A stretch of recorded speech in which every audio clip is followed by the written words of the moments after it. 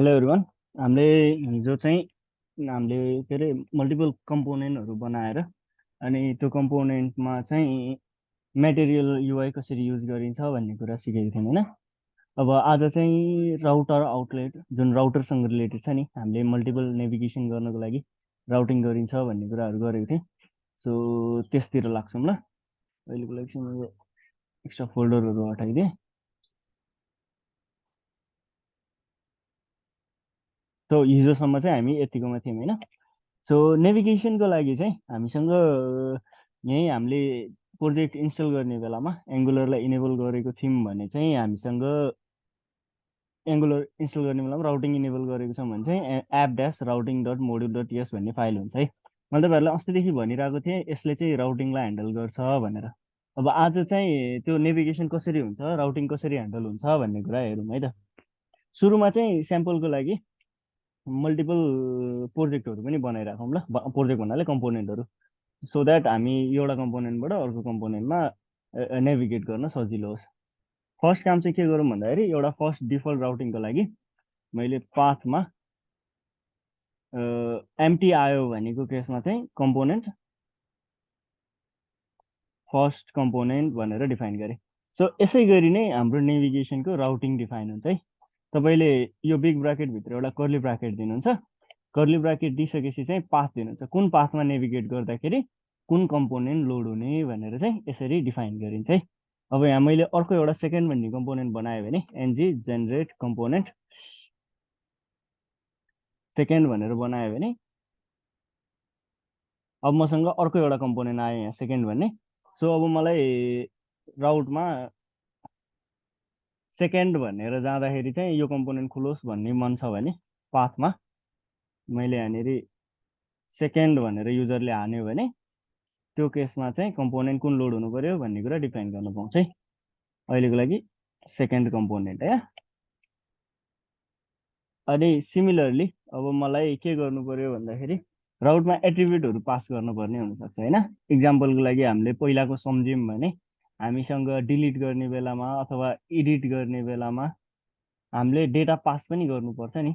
Next कम्पोनेन्टमा pass गर्दाखेरि ID pass गर्नुपर्छ। Specially edit गर्ने बेलामा गेट बाई आइडी गर्ने बेलामा आइडी पास गर्नुपर्छ होइन। त्यो पास पनि हामीले राउटिङ थ्रुबाटै मिलाउन सकिन्छ है। त्यो राउटिङ थ्रुबाट डेटा पास गराउनु पर्यो भने हामीले के गर्छौँ भन्दाखेरि म अर्को एउटा कम्पोनेन्ट पनि जेनेरेट गरिहाल्छु ल।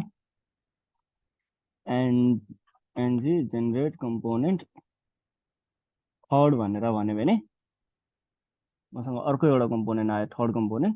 सो अब थर्ड कम्पोनेन्ट चाहिँ आइडी पनि देखाउनु पर्यो भन्ने हुनु पर्यो भने चाहिँ मैले पाथमा थर्ड हुनु पर्यो त भन्ने नै भए स्ल्यास दिएर मैले कोलनमा आइडी भनेर पास गरेँ भने अब यसले चाहिँ डाइनामिकल्ली आइडी पनि लिन्छ है। थर्ड पछि स्ल्यास दिँदाखेरि अगाडि राउटमा थर्ड आएर अनि स्ल्यास पछाडि जेसुकै आओस् त्यसलाई चाहिँ यसले एज आइडीको रूपमा लिनु भयो है। अब तपाईँलाई मल्टिपल एट्रिब्युट लिनु मन छ आइडी सँगसँगै तपाईँलाई क्वेरी प्याराममा सर्च प्याराम भनेर पनि थप्नु मन छ भने तपाईँले यहाँनिर सर्च भनेर पनि राख्न पाउनुहुन्छ है। यो अथवा एउटै मल्टिपल नेभिगेसन पनि बनाउनु मिल्छ क्या एउटै कम्पोनेन्टलाई। इक्जाम्पललाई मैले यहाँनिर आइडी भनेर चाहिँ कम्पोनेन्टमा थर्ड कम्पोनेन्ट लोड गरेँ भने सिमिलरली मैले यहाँनिर अर्कोमा पाथमा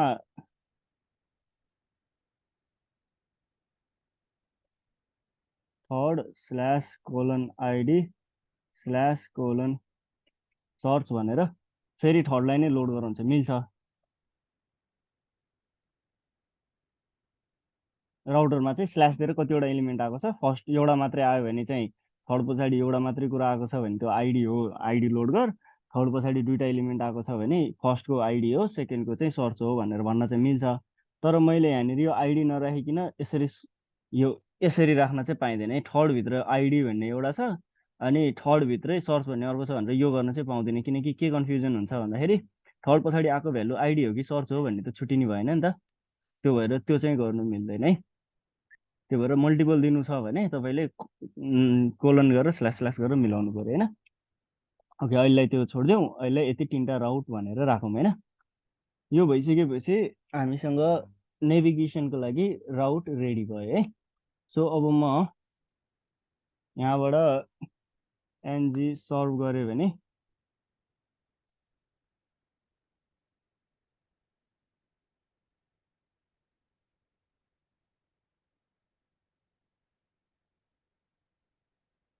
अनि लोकल होस्ट 4200 मा खोल्यो भने बाइ डिफल्ट जे थियो त्यो हुने भयो। तर सेकेन्डमा जाँदाखेरि पनि यही लोड भइरहेको छ, नयाँ त केही खुलेको छैन। त्यो किन भएको हो भन्दाखेरि तपाईँहरूलाई याद छ कि नै, मैले एप कम्पोनेन्टमा तपाईँहरूलाई सम्झाइरहेको थिएँ नि राउटर आउटलेट भनेर। हामीलाई राउटिङले काम गर्नलाई चाहिँ हामीसँग राउटर आउटलेट हुनुपर्छ है। त अहिलेको लागि त हामीले त्यो हिजो क्लास सिक्ने बेलामा राउटर आउटलेटलाई हटाएर सबै कम्पोनेन्टहरू यहीँ लोड गरेको थियौँ नि त। अब यो सबैलाई हटाएर मैले यहाँनिर राउटर आउटलेटलाई डिफाइन गरेँ भने अब यो राउटर आउटलेटले चाहिँ हाम्रो पेजिनेसन ह्यान्डल गर्ने भयो। अनि हाम्रो इच यो राउटिङमा डिफाइन गरेको पेजको आधारमा चाहिँ हाम्रो यहाँभित्रको कम्पोनेन्टहरू चाहिँ लोड हुने भयो है। सो अब यसलाई सेभ गरिसकेर अब हेऱ्यो भने चाहिँ अब सेकेन्डमा जाँदाखेरि सेकेन्डको लोड हुने भयो, केही पनि नहालिकन यत्तिकै जाँदाखेरि फर्स्टको लोड हुने भयो होइन। अनि सिमिलरली स्ल्यास गरेर थर्ड गरेर स्ल्यास दिएर समथिङ के आइडी दिनुभयो भने थर्ड पनि वर्क्स भनेर आउँछ होइन। अब के गरौँ भन्दाखेरि यो थर्डवाला पार्ट जुन छ नि, थर्डमा हामीले आइडी त पास गऱ्यौँ, तर त्यो आइडीलाई क्याच पनि गर्नु पऱ्यो नि त। त्यो आइडी कसरी क्याच गर्ने भन्ने कुरा हेरौँ है त। आइडी क्याच गर्नको लागि चाहिँ तपाईँले एक्टिभेटेड राउट भन्ने हुन्छ त्यसलाई युज गर्नुपर्छ है। सो कन्स्ट्रक्टरमा गएर मैले प्राइभेट राउटर भनेको एक्टिभेटेड राउट हो भनेर यसरी डिफाइन गर्न मिल्छ होइन। हाम्रो एङ्गुलर भनेको चाहिँ टाइप स्क्रिप्टमा बेस भएको हुन्छ क्या। सो जाभा स्क्रिप्टमा चाहिँ हामीले केही कुराको पनि टाइप राख्दैनौँ भने टाइप स्क्रिप्टमा चाहिँ हामीसँग टाइप हुन्छ। सो यो सिन्ट्याक्सले के गर्छ भन्दाखेरि राउटर भनेको चाहिँ एक्टिभेटेड राउट भन्ने टाइपको इलिमेन्ट हो भन्ने कुरा चाहिँ डिफाइन गर्छ है। सो यति गऱ्यो भने हामीसँग यहाँनिर चाहिँ राउटरको एक्सेस हुने भयो होइन। अनि मैले यहाँनिर आइडी भन्ने एउटा भेरिएबल बनाएर बाई डिफल्ट त्यसलाई खाली राखिदियो भने यो डिफल्टमा एउटा आइडी आउने भयो जुन चाहिँ अहिलेलाई खाली छ होइन। अनि एङ्गुलरमा चाहिँ हामीसँग प्रिडिफाइन्ड मेथडहरू हुन्छ क्या। प्रिडिफाइन्ड मेथड मध्येको एउटा एकदमै मोस्ट कमनली युज हुने मेथड भनेको चाहिँ एनजी अन इनिट भन्ने मेथड है। त्यो मेथड चाहिँ हामीले इम्प्लिमेन्ट चाहिँ अन इनिट भन्ने इन्टरफेसबाट इम्प्लिमेन्ट गर्नु मिल्छ है। तपाईँले कम्पोनेन्टमा इम्प्लिमेन्ट्स गरेर अन इनिट लेख्नुभयो भने कन्ट्रोल डट गर्दाखेरि यसले चाहिँ यो एङ्गुलर डट कोरलाई अपडेट गरिदिन्छ। अनि एङ्गुलर कम्पोनेन्ट भन्ने पनि एङ्गुलर स्ल्यास कोरबाटै आउँछ भने अन इनिट पनि एङ्गुलर स्ल्यास कोरबाटै आउँछ होइन। यो गरेर अन इनिटलाई तपाईँले यहाँ इम्प्लिमेन्ट्स गर्नुभयो भने चाहिँ यसले एउटा नयाँ मेथड दिन्छ, त्यसलाई चाहिँ एनजी अन इनिट भन्छ होइन। यो मेथड भनेको चाहिँ कुनै पनि कम्पोनेन्ट लोड हुने बेलामा सबभन्दा सुरुमा चाहिँ एनजी अन इनिट कल हुन्छ है। फर्स्टमा लोड हुने बित्तिकै सबभन्दा सुरुमा यो मेथड कल हुन्छ। अनि त्यसपछि बल्ल अरू रिमेनिङ जे मेथडहरू छन् त्यो मेथडहरू चाहिँ यस थ्रुबाट चाहिँ कल हुन्छ है। सो अब हामीलाई के गर्नु पर्यो भन्दाखेरि एक्टिभेटेड राउटिङ यहाँबाट ताने लिएर आएको छ, अहिले कुन एक्टिभ छ भन्ने कुराको इन्फर्मेसन राउटरबाट आउँछ। अनि अन इनिटमा चाहिँ हामीले आइडीलाई चाहिँ अपडेट गरिदिउँ ल। त्यो गर्नलाई चाहिँ अब मैले के गर्न सक्छु भन्दाखेरि आइडी भनेको चाहिँ दिस डट आइडी भन्नु पऱ्यो। दिस डट आइडी भनेको चाहिँ this dot router dot snapshot dot params भित्रको मलाई चाहिएको के हो, आइडी चाहिएको नि त। यो गऱ्यो भने चाहिँ मसँग अब आइडी आउने भयो है राउटरमा। हाम्रो अहिलेको करेन्टली राउटिङ प्याराममा भएको आइडी चाहिँ यसले पुल गर्ने भयो। अनि अहिलेको लागि मैले यहाँ देखाउनको लागि पनि similarly ID is equal to भनेर यहाँ आइडी राख्यो भने अब थर्ड पेज लोड हुँदाखेरि चाहिँ तपाईँको यहाँ माथिको यो आइडीवाला पार्ट चाहिँ यहाँ तलतिर पनि एक्सेसिबल हुने भयो। अनि सिन्स फङ्सनमा एक्सेसिबल गर्नलाई हामीले यसरी सकिसकेपछि त राउटरको स्न्यापसटबाट आइडी तान्न सकिसकेपछि त यसलाई अरू ठाउँमा पास गर्न पनि सजिलै सकिहाल्ने भयो होइन। यो त भयो डिफाइन गर्ने कुरा अनि डाइरेक्टली यहीँबाट युज गर्ने कुरा होइन। अब लास्ट एउटा कुरा चाहिँ के गर्न पर्यो भन्दाखेरि हामीलाई पेजबाट पेजमा नेभिगेट गर्नुपर्छ नि त एङ्गुलरमा। त्यो नेभिगेसनको लागि चाहिँ कसरी युज गर्ने भन्ने कुरा है। अब हामी फर्स्ट कम्पोनेन्टबाट सेकेन्डमा, सेकेन्डबाट थर्डमा मुभ गर्दै जाउँ ल। अब फर्स्ट कम्पोनेन्टमा हामीले यो फर्म बनायौँ होइन, फर्मको लास्टमा फर्मलाई अहिले एकछिनलाई छोडिदिउँ। तलतिर मैले एङ्कर ट्याग बनाएर एङ्करमा चाहिँ मलाई सेकेन्डमा जानु छ भने सेकेन्डमा जानलाई चाहिँ मैले के गर्न मिल्छ भन्दाखेरि यहीँनिर अब राउटर लिङ्क भन्ने हुन्छ।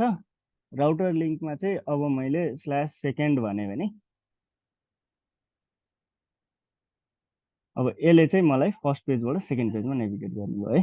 सो मैले राउट क्लियर गरेँ भने डिफल्टमा फर्स्ट लोड हुने भयो, फर्स्टमा सेकेन्ड छ अनि सेकेन्डमा क्लिक गऱ्यो भने अनि हामी कहाँ फर्क्यो भन्दाखेरि सेकेन्डमा गयो होइन। सिमिलरली अब सेकेन्डबाट फर्स्टमा जानु पर्यो अथवा थर्डमा जानु पर्यो भनेको लागि अब मैले यहाँनिर एउटा फर्स्टमा जान्छु भन्नु पर्यो भने मैले के गर्न पाएँ भन्दाखेरि एङ्कर ट्याग राख्न पाएँ। अब यसलाई फर्स्ट भनौँ, फर्स्टमा चाहिँ राउटर लिङ्कमा अब खाली राखिदियो भने चाहिँ के हुने भयो भन्दाखेरि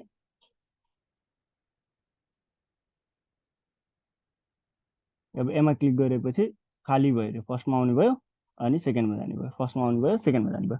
अनि तपाईँहरूले ख्याल गर्नु भएको छ होला यतिकै पनि होइन, हामी फर्स्टबाट सेकेन्ड सेकेन्डबाट फर्स्टमा जाँदाखेरि चाहिँ जस्ट राउट चेन्ज भएको छ, कन्टेन्ट चेन्ज भएको छ, होल पेज चाहिँ रिफ्रेस भएको छैन है। हाम्रो सिङ्गल पेज एप्लिकेसन भनेकै यही हो कि हामीले सबै नेभिगेट गर्छौँ, अलग अलग कम्पोनेन्ट लोड गर्छौँ, होल वेबसाइटलाई फ्लुइड नेभिगेट गराउँछौँ, तर हाम्रो कम्पोनेन्ट के अरे होल पेज चाहिँ कहिले पनि लोड हुँदैन। फर्स्ट टाइम एकचोटि लोड भइसकेपछि सबै कुरा असिक्रोनसली डाइनामिकली हुन्छ है एङ्गुलरमा चाहिँ। अब लास्ट एउटा कुरा भनेको सेकेन्डबाट थर्डमा जानलाई होइन। सेकेन्डबाट थर्डमा जानको लागि यो नर्मल राउट लिङ्क भन्दा डिफ्रेन्ट के छ भन्दाखेरि हामीले त आइडी पनि पास गर्नुपर्छ नि त। सो त्यो आइडी पास गर्नलाई चाहिँ हामीले के गर्छौँ भन्दाखेरि बिग ब्राकेटभित्र राउटर लिङ्क राख्छौँ होइन, अनि मल्टिपल प्यारामिटर पास गर्न मिल्छ क्या यति गरिसकेपछि चाहिँ राउटर लिङ्कमा। सो अब मलाई एउटा के पास गर्नु पऱ्यो भन्दाखेरि त पाथ नै पास गर्नु पऱ्यो। अब डबल ब्राकेटभित्र फेरि अर्को डबल ब्राकेट दिनु मिल्दैन, सो भित्र चाहिँ सिङ्गल ब्राकेट युज गर्नु पऱ्यो होइन। /थर्ड भन्नु पाइयो। अनि अब यसमा चाहिने आइडी जुन छ सेकेन्डमा चाहिँ अब आइडी दिनु पऱ्यो। अहिलेकोलाई चाहिँ 1 2 3 4 भनेर मैले आइडी दिएँ भने यो सबै कुरा डाइनामिक बनाउन मिल्छ है। अब फर्स्टबाट सेकेन्डमा जान पाइयो, सेकेन्डबाट थर्डमा जानलाई चाहिँ यहाँ नामै लेखेको रहेछ, थर्ड भनेर लेख्यो भने थर्ड भन्ने आयो, थर्डमा क्लिक गरेपछि चाहिँ अब थर्ड वर्क्स भनेर थर्डमा चाहिँ आइडीसँगै नेभिगेट हुने भयो है। यसरी चाहिँ हामी राउटर थ्रुबाट नेभिगेसन पनि गर्न सकिन्छ। यो भयो राउटिङको कुरा एङ्गुलरमा। यहाँ कसैलाई केही प्रब्लम छ?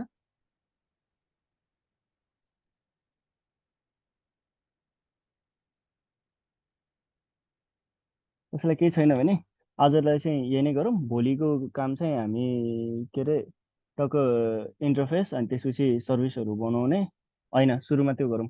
भोलि चाहिँ युआईतिर सर्भिसेसहरू बनाएर सेटअप गरौँला। भोलि चाहिँ एङ्गुलरको हाम्रो जुन प्रोजेक्ट छ नि त्यो प्रोजेक्टको लागि भोलि सेटअप गरौँला, अनि त्यसपछि इन्टरफेस बनाएर अनि फङ्सनल वेबसाइटतिर जाउँला। मेन कोर कन्सेप्ट एङ्गुलरको एप बनाउनु अगाडि बुझ्नुपर्ने बेसिक कुराहरू चाहिँ यिनै हुन् होइन। यतिमा कसैलाई केही क्वेसनहरू छ भने चाहिँ राख्दा हुन्छ। योभन्दा बाहिरका कुराहरू त मैले तपाईँलाई अस्ति एङ्गुलरको सिधै त्यो एपिआई रेफरेन्सको लिङ्क दिएको छु। मल्टिपल कम्पोनेन्टहरू छन् त्यहाँ होइन, मल्टिपल फिचरहरू छ, त्यसलाई चाहिँ डिटेलली डेप्थमा स्टडी गर्न चाहिँ त्यहाँबाट नि मिल्छ। अब आफ्नै एप बनाउन थालिसकेपछि चाहिँ अझै एक्स्ट्रा के छुटेकाहरू छन् यहाँ भन्नको लागि त्यो कुराहरू पनि जोडिँदै आउँछन् ल। त्यसो भए आजलाई यही गरौँ, भोलि चाहिँ त्यही सेटअप गरेर अनि एप बिल्डिङ सुरु गरौँ। भोलि चाहिँ कन्फिगरेसन बनाउला अनि त्यसपछि